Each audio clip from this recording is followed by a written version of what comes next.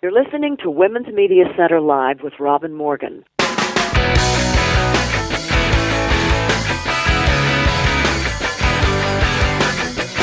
Welcome to Women's Media Center Live.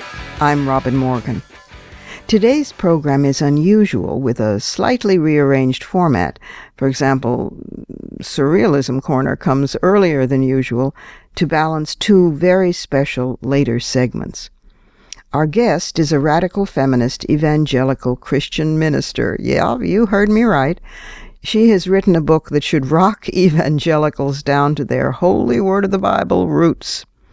Then, this is the very special part. Then we take you to the historic World Summit on Sexual Exploitation that just took place at the Carter Center in Atlanta, Georgia.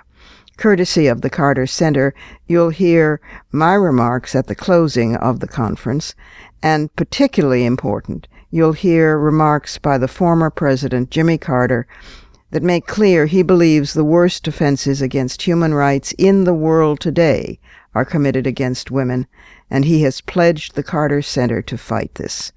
I'm very excited by today's show. But first, we need to look inside the headlines.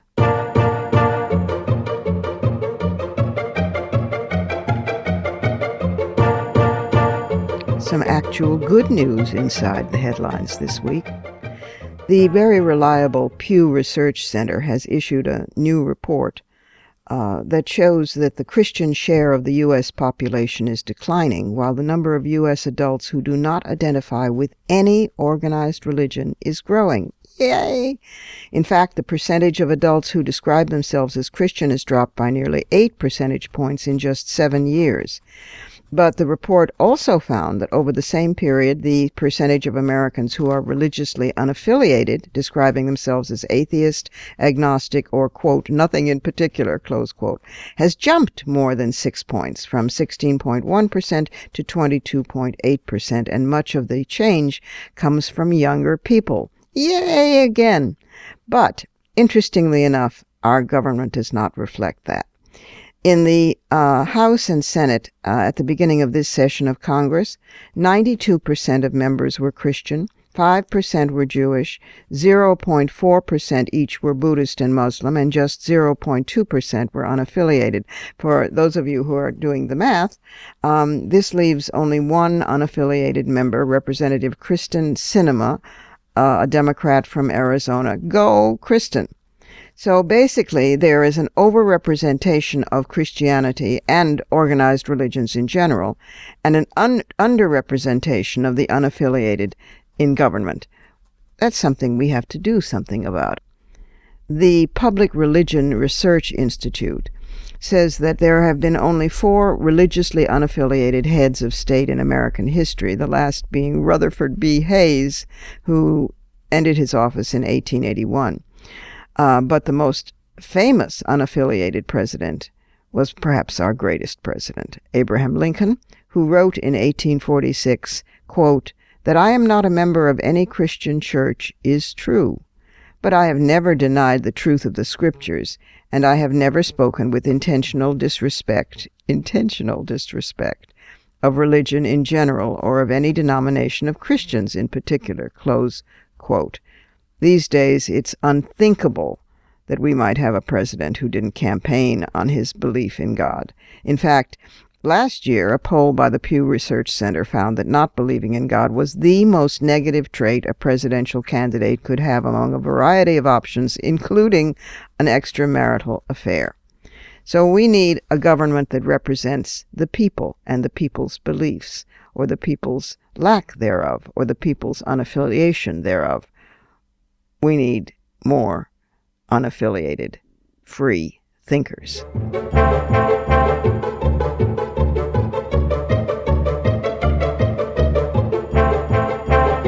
And now, this early, surprise, it's time for the Surrealism Corner.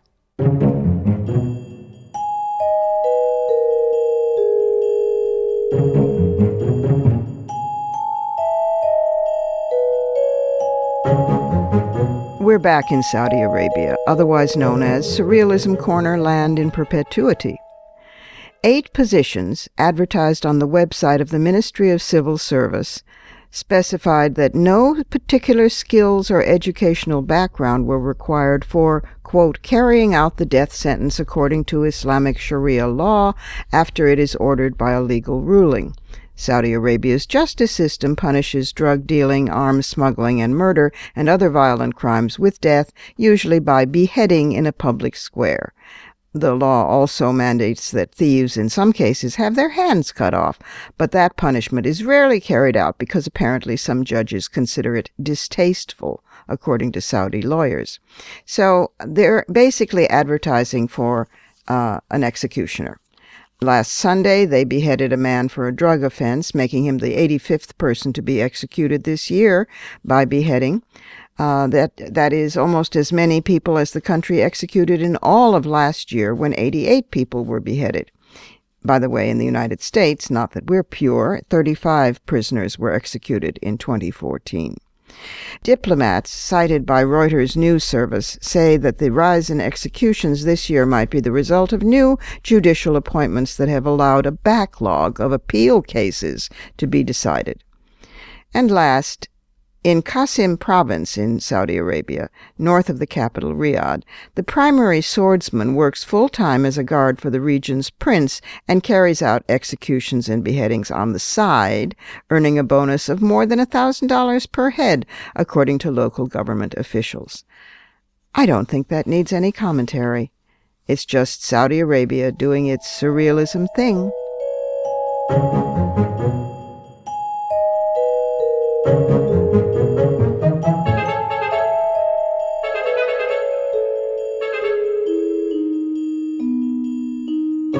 We need to take a short break here. I'm Robin Morgan. This is Women's Media Center Live. But don't go anywhere, because we'll be right back with an ordained Christian evangelical minister who is bringing feminism to the evangelical community. Wow.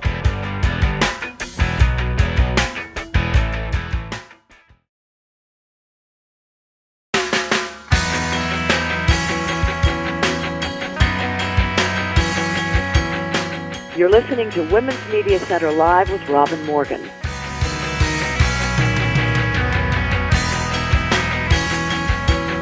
Welcome back.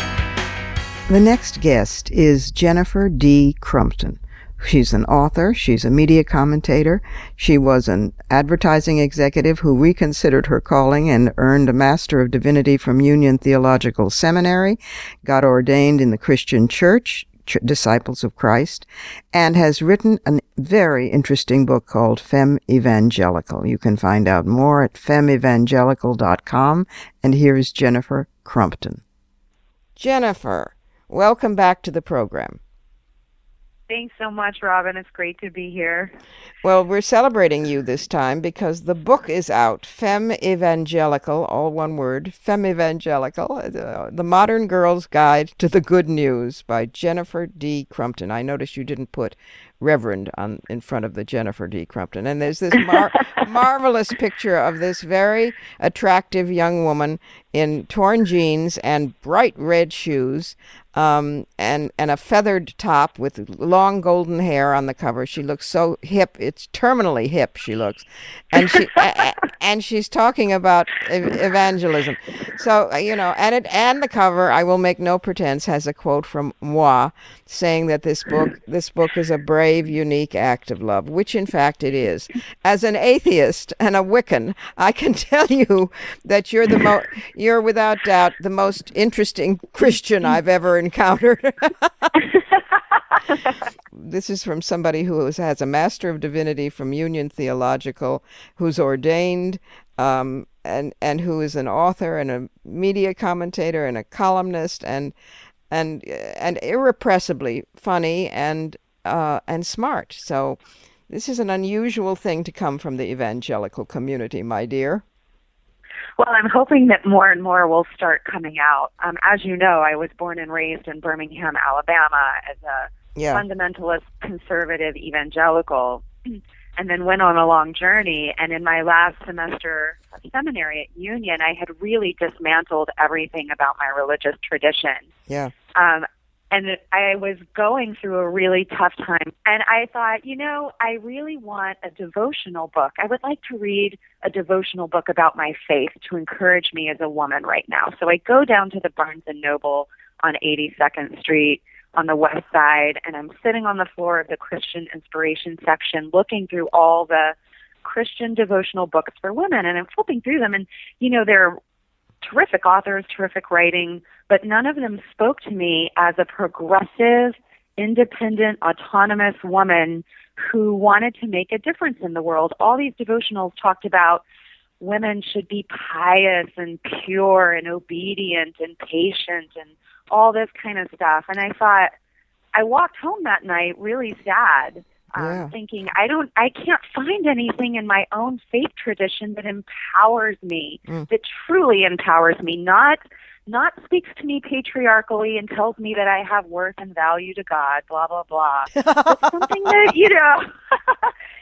something that doesn't patronize me but empowers me. So that's when I got the idea to write this book, because I wanted it to be a place that women could come to, because Pew and Barna studies are showing that women are just leaving Christianity in droves. They're leaving the church because the doctrine, the imagery, the symbols, the language, it's all so male-dominated still.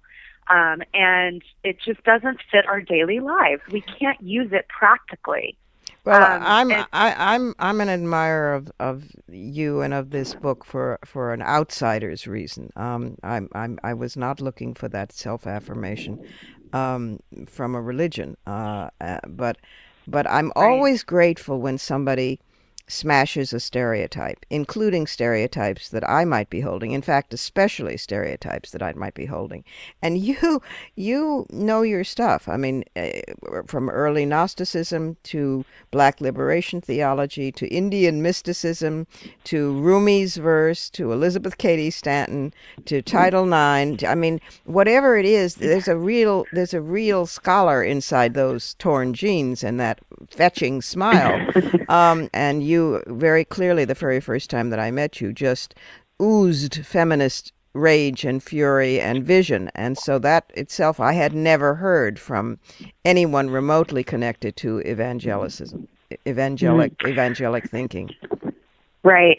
And it's funny because, really there's something for every woman in this book, I believe, because it's very open. It uses Christianity and exposes the history of Christianity as a way to understand all of our histories. Because unfortunately, Christianity, male-dominated patriarchal Christianity, informs the worldview of quote-unquote Christian America, which informs all of our politics, all of the rhetoric around our policies. I mean, if you look at, everything around trying to take contraception away or shut down Planned Parenthood or overturn Roe versus Wade or, the religious freedom bills that we're grappling with that oppress LGBT people. I mean, all these things that people are fighting for them with an understanding of Christian America and biblical literalism. And so that's what I try to fight against in this book, and I try to expose how that came to be, with Augustine saying that women were evil and equating Eve, to all the women today as untrustworthy and needing to be controlled by men. So that we can, because I feel like all of us, all feminists, need to understand this underlying strain in our history that still percolates today. You certainly are the first, I think, to have done this from the evangelical community. I mean, there are feminists who have written about Christianity before, most notably the late Mary Daly and Carol Christ, and just a great many others. But they've done so in a much more academic way. Right. I've drawn from all those women you name. But, I understand that not every woman is into the academic language and doesn't have time to research all this stuff. So I wanted to be sort of the theologian next door who's going to sit down with you, over a glass of wine and talk about your real life and how it relates to all of this and how we all need to be aware of it and fight for it. And, the funny thing about evangelicalism is that Jesus was a huge radical dissident who has been sort of turned into this other character by religion. He was crucified by the Roman Empire as a first century Palestinian Jew who was very oppressed. And his whole thing was, you know, I'm here to free the captives and release the oppressed. And so, gosh, I mean, hello, like we can use that, you know? Yeah. If a historical Jesus were around today, the Vatican would be the first to crucify that person, I'm sure. Right. And if the Vatican didn't get there first, then some Baptist evangelical church in the south of the United States would get there second. But anyway, Totally. have you had a lot of pushback on this or is it too soon? I think it's a little too soon. You know, I'm welcoming of that. I'm hoping that people are going to push back on it. I'm hoping that this is going to open up a more real conversation. It's not just a religious book. It's a book about all of our politics, our socioeconomics, and our freedoms in this country as women. And it's a huge fun thing to read, I have to say. You know, it really is. You. There's no use pretending that I haven't read it and don't like it because I blew my cover by giving a quote to the front of the book. So they literally blew my cover. Anyway, I send you congratulations and huzzahs and have a wonderful book tour. And the book again is called Femme Evangelical: The Modern Girl's Guide to the Good News. It's by Jennifer Crumpton. Thank you, Robin. I really appreciate it. We have to break for another short pause here at Women's Media Center Live. I'm Robin Morgan, and we'll be back in just a moment with coverage of and from a really historic event. It's quite special. Don't go away.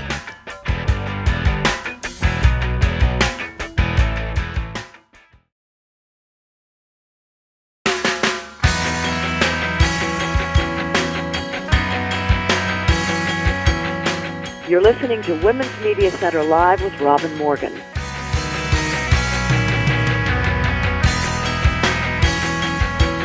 Welcome back again. Just a few days ago, on May 11th and 12th, I attended and spoke at the World Summit on Sexual Exploitation, the first of its kind, an historic event at the Carter Center in Atlanta, Georgia. I moderated the last session, which included a panel and speeches, and I got to introduce the president and make closing remarks myself, which, courtesy of the Carter Center, you will be hearing. A few words of explanation. References to the Nordic model refer to the format for dealing with sexual exploitation, prostitution, and trafficking in Sweden and other Nordic countries, which is now catching on around the rest of the world and which has been supported by the European Union, by Canada, by Ireland, and a number of other countries.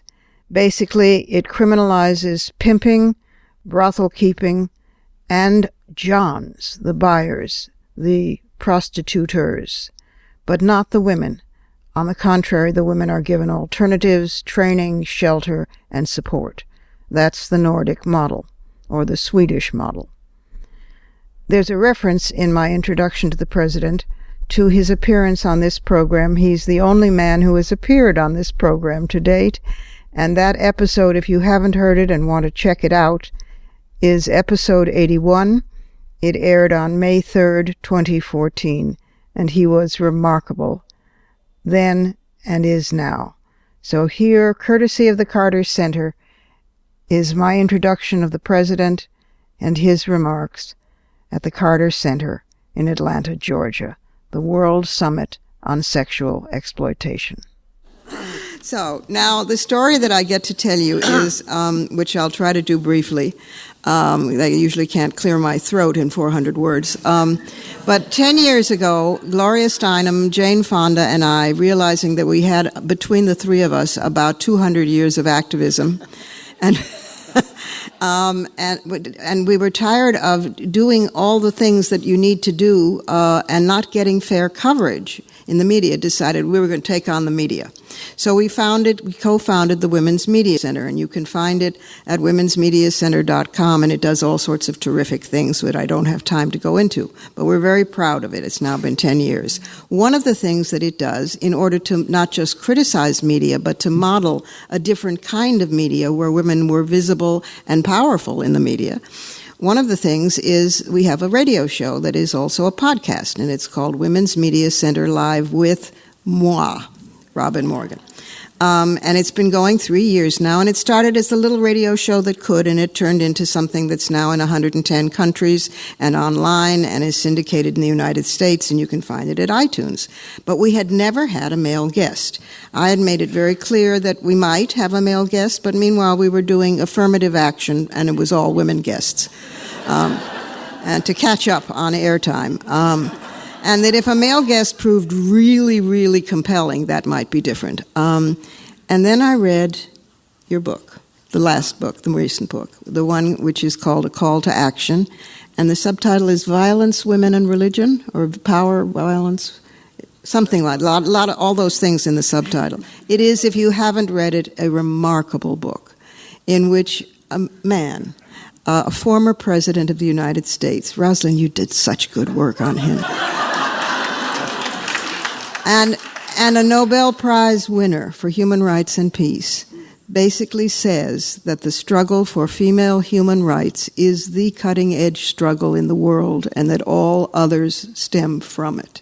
Well, I think my heart exploded. So then how are you going to get him on the radio program? Jane spent many years in Atlanta when she was married to Ted. So I called up Jane.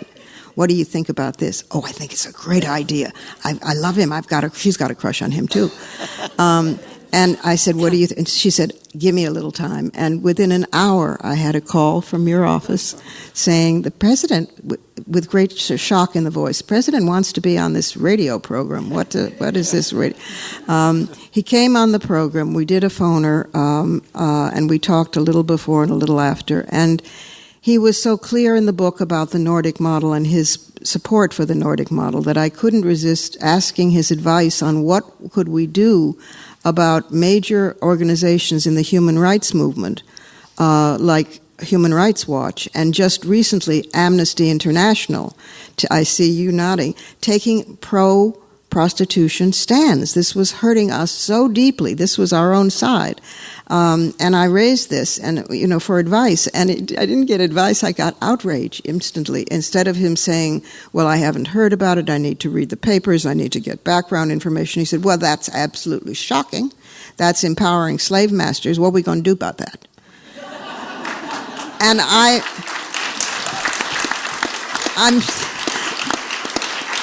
I'm sitting with my earphones that almost fell off my head, and I said, what do you recommend, Mr. P? He said, well, I think I better write them a letter. I think a public letter, a public statement. What do you think about that? And I stood up, thus losing the mic, and said, yes, sir. Yes, Mr. President. Yes, thank you very much, sir. Alone in the room. And then I thought, well, he's a very busy man. This will never happen. We chatted a little while longer, but you have to be very careful what you wish for around Jimmy Carter, because he basically is the male good fairy. And so within an hour or so, I had a call from his office. The president wants to talk with you, and can you send him materials about this? And I did, and we did, and he wrote a brilliant letter, and then he wrote a number of other letters, and it was just absolutely fantastic. And then he came up with the idea of this conference, and I began to be in touch with Karen, the wonderful Karen Ryan. So we are here today because he came on this funny little radio program to my great honor and my great delight. Ladies and gentlemen, the President of the United States, Jimmy Carter. Thank you very much.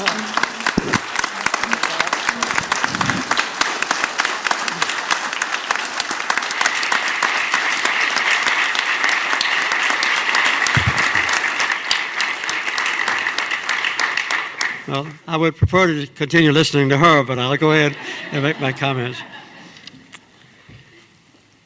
I was really introduced to the subject of prostitution a few years ago when the Gates Foundation was founded.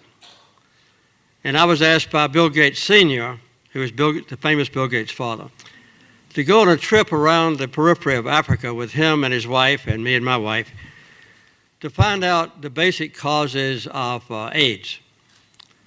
And we decided quite soon that the basic causes were permissive prostitution.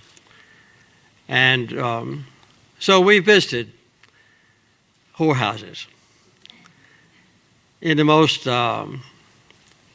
despicable conditions and very aggressively. We stopped in a number of countries.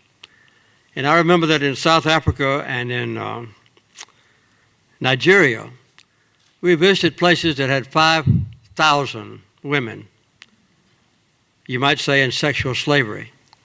And we met with groups of them to understand what caused them to be there, mostly forced to enter, sold as young girls, and what they were willing to do about counteracting the spread of AIDS. That was my first introduction, Rosa. That was my first introduction to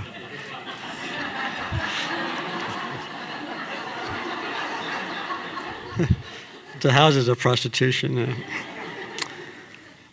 Before I begin my talk, though, I want to thank Sandra Day O'Connor for wanting to come here and giving her great support to this effort. She wanted to be here with us. She's a fly fishing friend of me and my wife. It's Swanee Hunt, one of my girlfriends, if she doesn't mind my saying so, and obviously to Karen Ryan, who's one of my heroes as well, and to Kathleen Wynn, and to the Rotarians, who have long been heroes of mine dealing with the elimination of one of the most serious health programs on earth. And now giving their attention to this, to Robbie, the president, who came here all the way from Sri Lanka, and to David and to Kathleen, all of you. I'm really grateful to all of you. In my talk, I'm going to repeat some of the things you've already heard because I haven't been here and don't really know what they are, and I'm also going to add a few things. To put this conference into perspective, I have said in my book, and I've said in many speeches, that the most serious human rights violation on earth is the abuse of women and girls. And the world must be awakened to this problem. The industry is emphasized here with pornography and prostitution and sex trafficking all combined is one of the major commercial enterprises on earth. And it's a foundation, I would say, for all the other abuses of women and girls. And the basic reason for its expansion and its continuation is that it's accepted by men who don't care if this exploitation continues. And I'm talking about men in general. There's a few exceptions, but in the entire world, men enjoy the privileges that derive to them from the abuse and derogation, subjugation, and abuse of women and girls. It's the same thing that I knew when I was a child in South Georgia with racial segregation. After the official elimination of slavery in our country, we had official, legal racial segregation for 100 years, from 1865 to about 1965. And it was perpetuated and condoned even by people who knew it was wrong, because the people in charge were men. And they saw that they derived, were white men, and they just saw that they derived a great benefit from the subjugation of black people. The people who were white got the best jobs. They were the only ones who served on juries. They were the only ones in general who voted. They shaped the outcome of the laws that were passed in our country. And they got the best jobs, and they derived the best income. They had their own superior schools and churches. And so they weren't interested in the elimination of it. We overcame that a few years ago. But this particular problem of the greatest human rights abuse on earth now continues. I'm going to mention just a few things that derive from this general acceptance. One is honor killings, where women who are raped in a family are executed by their fathers and brothers and sometimes their mothers because they have so-called brought disgrace to their families. Lower pay. We know that for full-time workers in America, women get 23% less than men for full-time work. Female genital mutilation, which is outlawed by the United Nations activities and by most state laws. By state, I mean federal laws in countries. But in Egypt, which has had a long time law against female mutilation, 90% of all the females in Egypt are sexually mutilated. In countries like Somalia and Guinea, over 95%, sometimes as high as 98%. You might say all of them. And in a large number of countries, over 50% of women are still have their sexual organs mutilated or completely removed on the outer surface of their bodies as a child. Child marriage. The United Nations estimates that 14 million girls under 18 years old are married, and a ninth of those are less than 15 years old.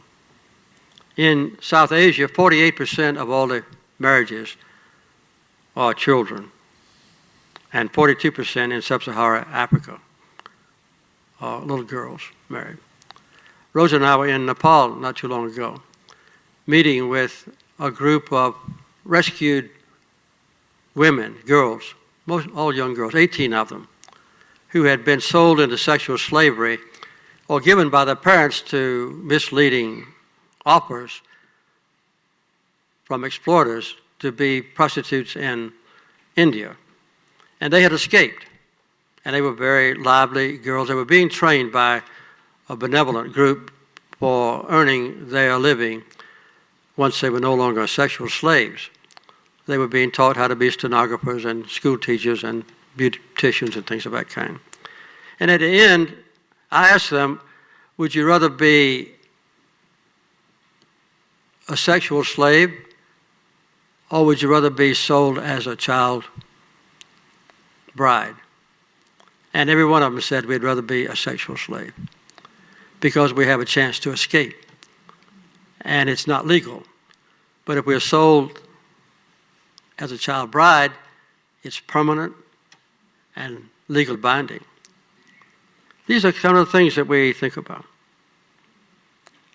The worst statistic that I know about is that in the world today, there are 160 million girls who are not living anymore, who have been eliminated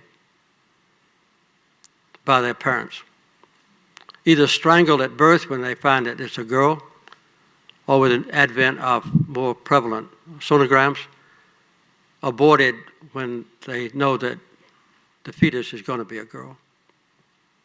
This is all more than 4 times as many as people killed in the Second World War. In China today, for every 100 girls, there are 118 boys.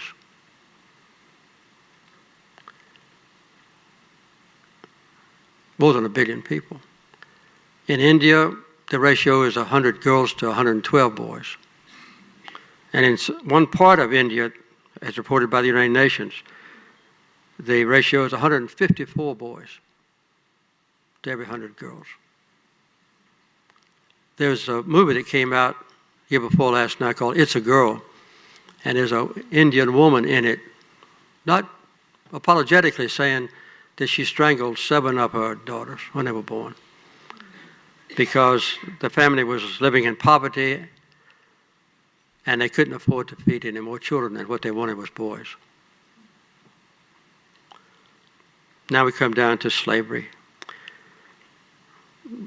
The Global Slavery Index, year before last, the last statistics I have show that 30 million people on earth now are living in slavery, in human bondage, more than any time in the past. even during the 1900s when we had the Civil War to eliminate slavery legally in this country. The U.S. State Department reported last year that 800,000 people are sold across international borders every year. That doesn't include girls that are taken by an exploiter or pimp and sold inside a country. That's just across the border. And in the United States today, there are 60,000 Americans, according to the U.S. State Department, living in slavery. Well, these things prey on my heart and mind. And not much is being done about it because most world leaders at the local, state, and national and international level are men, and they don't care, really. It doesn't affect them directly. They don't believe that their daughters or granddaughters might someday be an unwilling sex slave in a brothel somewhere. It's accepted in this country, condoned and enjoyed. There's not a whorehouse in America that's not known by the policeman on the beat. You can't walk up and down the street and see men going in to a house and staying there a few hours and coming out without knowing that the brothel is there. And if they know it, they either getting bribed or their police chief tells them, don't bother. And there's no doubt in my mind that almost every mayor in America knows where the whorehouses, the houses of prostitution, the brothels are located. So we let it go on. And, of course, the major purpose of this meeting here is to try to bring the ravishing, detrimental factors of sexual slavery and slavery of others as well to the knowledge of people, and to try to convince the men responsible to do something about it. I'm glad that you've been concentrating on the experiences in Sweden. I belong to a group called the Elders, and we have a number of our top leaders from the Nordic countries. They're very familiar with this issue, and they've seen Sweden a number of years ago single out the men who are responsible and put the onus and the punishment on the brothel owners and the pimps and the male customers, and relieve the women from punishment. Others, Germany and the Netherlands, went the other way. And they said, we'll just legalize prostitution and we'll make sure that the prostitutes get physical examinations so they won't give sexual diseases to the men customers. The laws were basically designed to protect the men customers from inadvertently sleeping with a woman who had contracted AIDS from one of her customers. Well, this is a basic problem. Early last year, Canada came to the conclusion that their sex laws were inadequate, and they abolished all the sex laws in the country. And the Parliament and the Prime Minister were searching for a new set of laws. Karen induced me to write a letter to every member of a parliament in Canada, and I talked on the phone to the Prime Minister. And we've done the same thing in Ireland, and we did the same thing in France. France has had a setback. The lower house passed the Swedish model. The upper house recently rejected it, but it's still a live issue. These are the issues that affect us all. And the basic problem is the abduction and forced entry of girls into the sex trade, either to support herself if she's desperate, or because her parents are misled into giving their daughters to the sellers of girls, or because they are sold into slavery and hauled across borders. We have a very serious problem with slavery in Atlanta. It's the number one focal point where you're sitting now for slavery in America. We have the busiest airport on earth, and a lot of our customers come from the Southern Hemisphere. And a recent report in the Atlanta Constitution Journal that was picked up in the New York Times said that the average income from a prostitute in Atlanta was $35,000 a year. You may disagree with that figure. That's the figure that was in the paper. And a brown or black-skinned girl can be bought by a brothel owner in and around Atlanta for $1,000. So with a $1,000 investment, the income is an average of $35,000 profit after you pay policemen bribes and so forth. This entire problem is a blight on the human race. And I'm delighted to see that this group come together of dedicated people who've long devoted their lives and their energy to this problem. And my hope is that from this conference, which I hope will be continued in the future, that we'll see some tangible and specific recommendations that are attractive enough to get legislators at all levels involved, and law enforcement officials at all levels involved, attorney generals and police officers as well, and the business community to see how advantageous it would be to them in earning a more profit if they take a stand against exploitation of girls. And for parents of the world to realize that taking action against this crime is the best thing they can do to protect their own children, their own daughters, and their own granddaughters.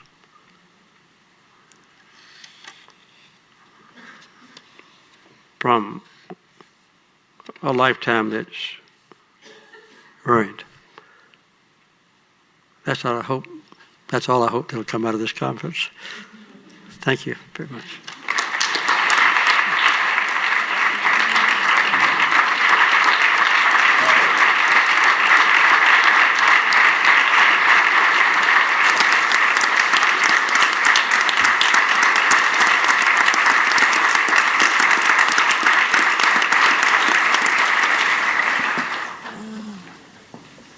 How extraordinary to hear a male human being say that, much less a Nobelist and a former president of my country. What an amazement.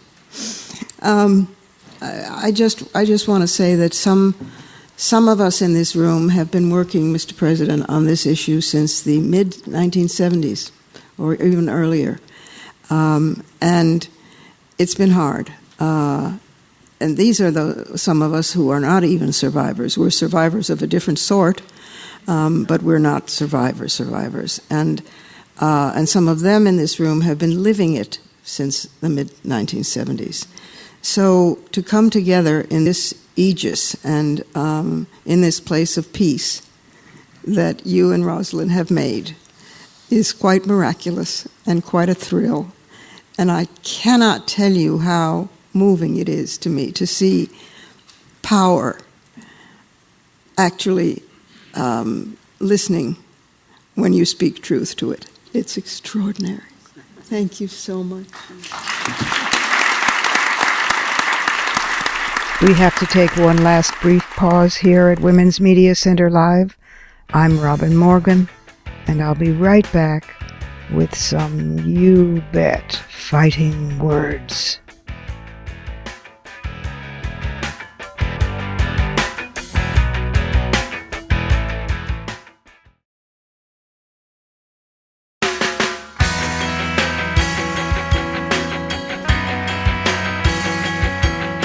You're listening to Women's Media Center Live with Robin Morgan.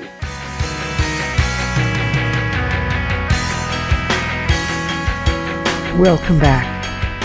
And fighting words this week, fittingly enough, has to be excerpts from my closing remarks at the World Summit on Sexual Exploitation at the Carter Center in Atlanta, Georgia, May 11th and 12th, 2015. Now, since we're in Georgia, it's especially fitting to remember that Martin Luther King was once asked, "What makes you think that you can legislate people's attitudes?" And he answered, "No, you can't, but you can legislate behavior, and behavior will change people's attitudes." And behavior is what we're talking about here, as well as changing attitudes and a culture that eroticizes male violence against women. And each other, that's called war. So I'm going to say a few words about linkage and about connecting the dots, because patriarchy is really, really good at separating and compartmentalizing, and feminist energy lives in making the connections. That's where it vibrates like energy. So what we've learned from each other in this 48 hours. We've learned to see the connections between pornography and prostitution. We've learned that the many different definitions of trafficking all boil down to one word, really, prostitution. We've learned that pornography really is a form of education, hideous education for boy children, as to what will be expected of them, that they must grow into a toxic manhood that celebrates the eroticizing of violence. And in fact, until we separate eroticism from violence as the definition of manhood, we will none of us be free or truly human. That person who I call the demon lover is as dehumanizing to male human beings as to women, except that in addition to women, it's murderous. We've learned that pornography really does equal hate speech. We don't have the concept of hate speech in this country. In law, we have the concept, but we don't, as many European countries do. But we recognize hate speech when it's racist or when it's anti-Semitic, but we don't recognize pornography. And that's because the target in pornography is just women. We recognize it in racism or anti-Semitism because men, as well as women, suffer from racism and anti-Semitism, as they do from class. And if men suffer from it, then it must be important and it must be taken seriously. Similarly, if children, particularly boy as well as girl children, suffer from it, then it must be taken seriously. But if women alone are the focus, then the problem is not visible or serious, and if it does become either one, somehow it's her own fault. She asked for it. And inherent clearly in this nexus is the wildly disproportionate number of women of color and poor women and immigrant women and young women, because for one thing, if you're in the life, you don't live to be that old if you can't get out. At this conference, we've heard and we've seen what to me is the terrible beauty of survivors. Women like Rachel Lloyd and Rachel Moran and Wasagwe, and Vednita Carter and others at this conference. Rachel Moran dares to talk of the healing effect of doing this work as a survivor leader. But I know also, and I've seen in their eyes and heard in their voices, the cost of being at a conference like this. The cost at continually having to tell these stories, the cost at educating us, the cost at raising the consciousness of people who haven't until very recently had to even think about this and still approach it with discomfort. So in seeing them, please let's also see and be grateful and appreciative of the cost that they have given in order to even be here at all.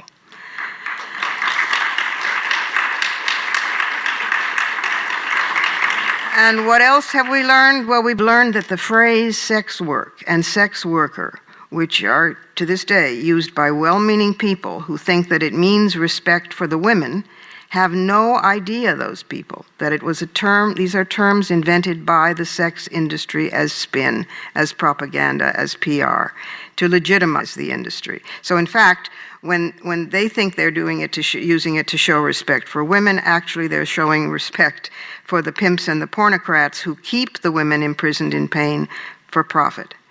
We've learned that the etymology of pornography itself, the word, comes from the Greek and the Latin, from the terms porne and graphos. Graphos means the writing about or drawing, depiction of porne, sexual slaves. So it's buried in the word. By contrast, erotica stems from the word eros, which means sexual affirmative love.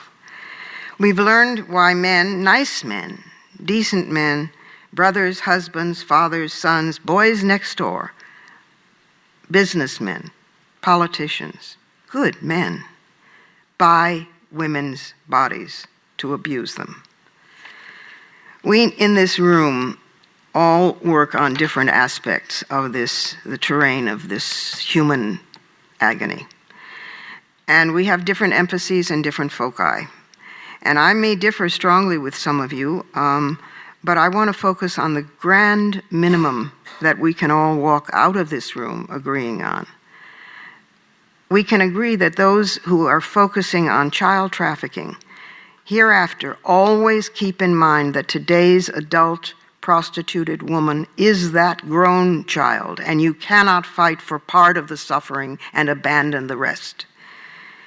We can agree that we will never use the word prostitute as a noun. We can agree that we will never again refer to sexually exploited women as sex workers or call a condition no human being should find herself in sex work or choice or just another job. We can agree that we will never again hold any meeting or conference or formulate any law or policy or strategy on this subject or on related subjects without the presence, guidance, and ideally the leadership of survivors. We can agree that the Nordic model does work and that we will never again let anyone lie to us that it doesn't.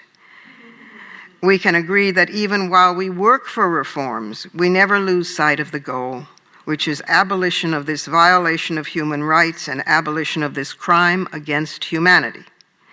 So we leave this, I really believe, historic conference with the President's endorsement and his support of the conference going to work on the 1-year, 5-year, 10-year plan with the following emphasis that we all work with all our energy and intelligence to get the Nordic model passed in the United States and elsewhere, and that we work with all our intelligence and dedication we work on and for the Convention to End Sexual Exploitation toward an eventual adoption by the United Nations. If we do even these minor actions, minor in terms of the scale of the problem, but even these minor commitments, then it is an absolute guarantee that one day women in Detroit or in Delhi, in Belfast or in Birmingham will walk free and proud and unafraid in the full agency of our intellect and our bodies, that male human beings will walk free of toxic manhood, and that all of us will be able to celebrate the intimacy and tenderness of the miracle of sexual joy, remembering at last that this is an act of love. Thank you and safe travels home.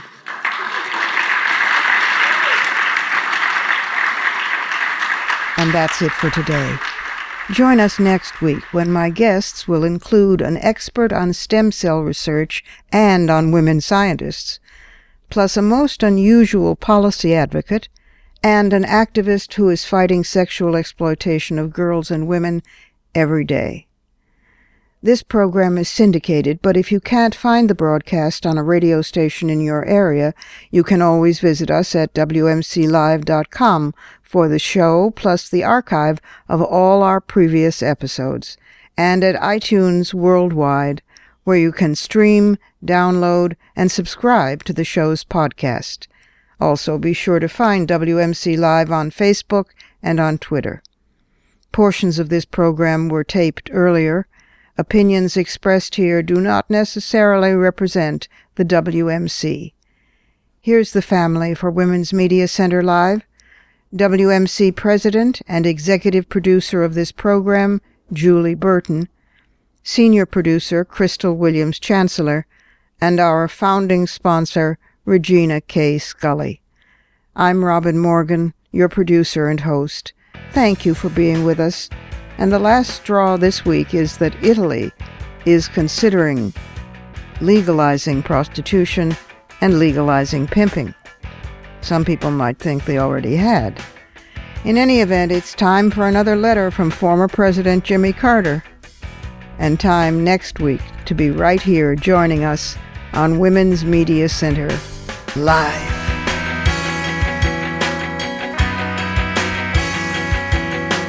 For the smartest talk about news, politics, sex, books, religion, race, and more, tune your radio to Women's Media Center Live with Robin Morgan. Audacious, witty, provocative, informative, and fun. It's Women's Media Center Live with Robin Morgan on WMCLive.com. Talk radio with a brain.